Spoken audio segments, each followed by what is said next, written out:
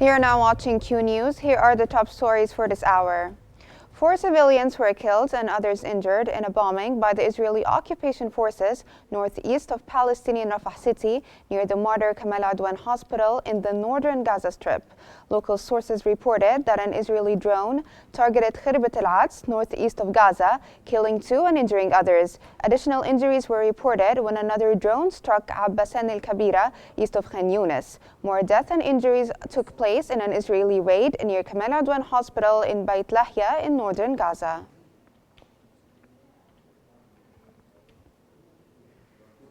Gaza-based health authorities have confirmed that the Palestinian death toll from the Israeli onslaught since October 7th has surpassed 45,227, with over 107,573 injuries. They added that Israeli occupation forces committed 3 massacres against families in the Gaza Strip over the past 24 hours, resulting in the deaths of at least 21 Palestinians and the injury of 61 others.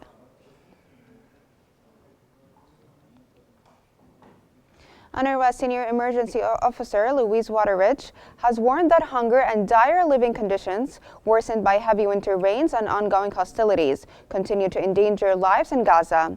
UNRWA's Waterridge stated, "An entire society here is a graveyard. Over 2 million people are trapped, deprived of basic needs, with every path leading to death."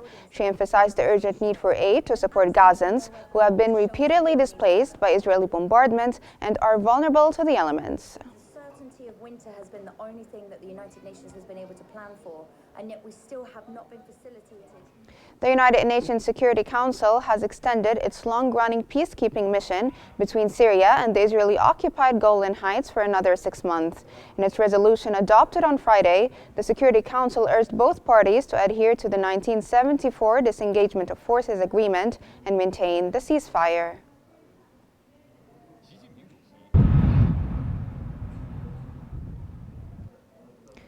Director General of the International Organization for Migration, Amy Pope, has warned that Syria is currently incapable of managing the large influx of returning refugees. Speaking in Geneva shortly after returning from Syria, Pope stated that the IOM does not encourage large-scale returns at the moment, as the country is not yet prepared to absorb a large number of displaced people.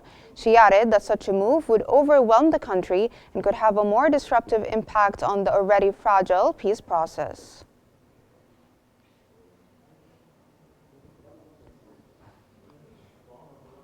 International airlines have resumed flights to Lebanon following the cessation of hostilities between Israel and Hezbollah. The Lebanese government began issuing permits at the end of November and has continued to do so, allowing most international flights to resume during the holiday season, alongside the resumption of development work at the airport. The ceasefire agreements between Israel and Hezbollah went into effect on November 27, putting an end to the confrontations that erupted on October 8, 2023. Houthis have claimed that they successfully struck a military target in Tel Aviv with a hypersonic ballistic missile, marking another long-range attack against Israel. In a televised statement, Houthi military spokesman Yahya Saria said the group's missile forces targeted an Israeli military installation in the Tel Aviv area using a Palestine second hypersonic ballistic missile. The Israeli military said it failed to intercept a missile from Yemen that fell in the Tel Aviv-Jaffa area, and the ambulance service said 14 people have been injured.